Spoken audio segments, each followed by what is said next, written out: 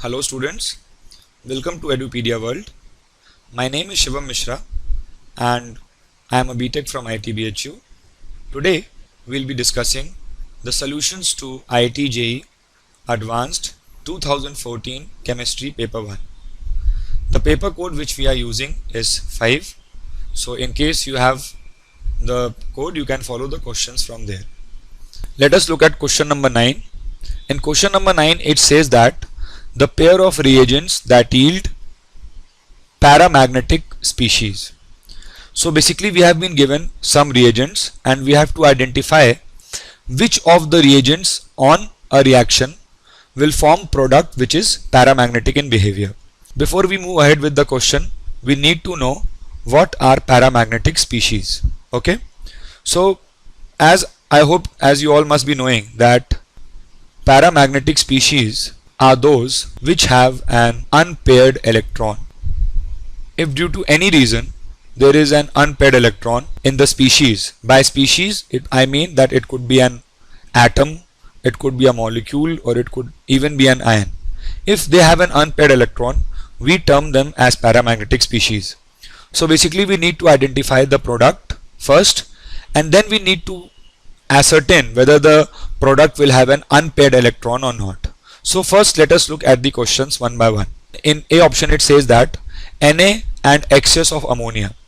If you look at the reaction, I have written down the reactions for you.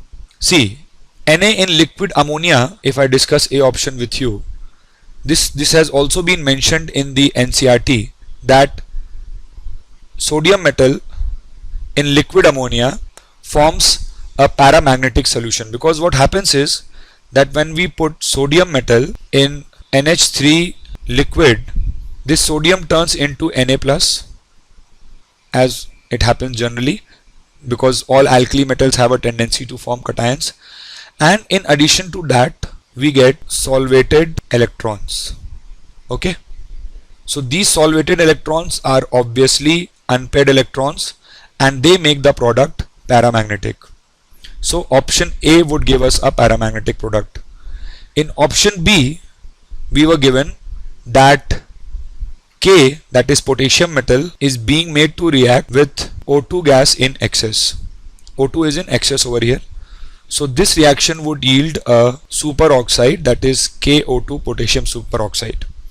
Now, as you all must be knowing that the superoxide anion, which is O2 minus, is paramagnetic in nature. Why is it paramagnetic? Because if we write the molecular orbital configuration for O2 minus, we would get an unpaired electron. Finally, if we come to C, in C we can see we are making to react copper with dilute HNO3. So one of the products of this reaction will be NO, that is nitric oxide. And if you draw the structure of nitric oxide, we all clearly know that it is an odd electron molecule. And in fact we can draw its structure as nitrogen, and nitrogen, as we all know, has 5 valency electrons. So here are your 5 valency electrons which I have drawn, and oxygen, which has a total of 6 valency electrons. So this is the structure of NO, and then we can join these two, form the structure of NO. And clearly after drawing the structure we can see that there is this one unpaired electron in NO.